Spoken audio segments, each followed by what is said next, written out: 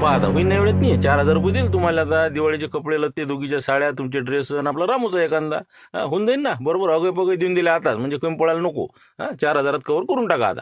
अरे बाबा हे कोणती दिवाळी आहे म्हणा माय बी ते 4,000 रुपयांनी 4-5 धनाचे कपडे घ्या म्हणते बा.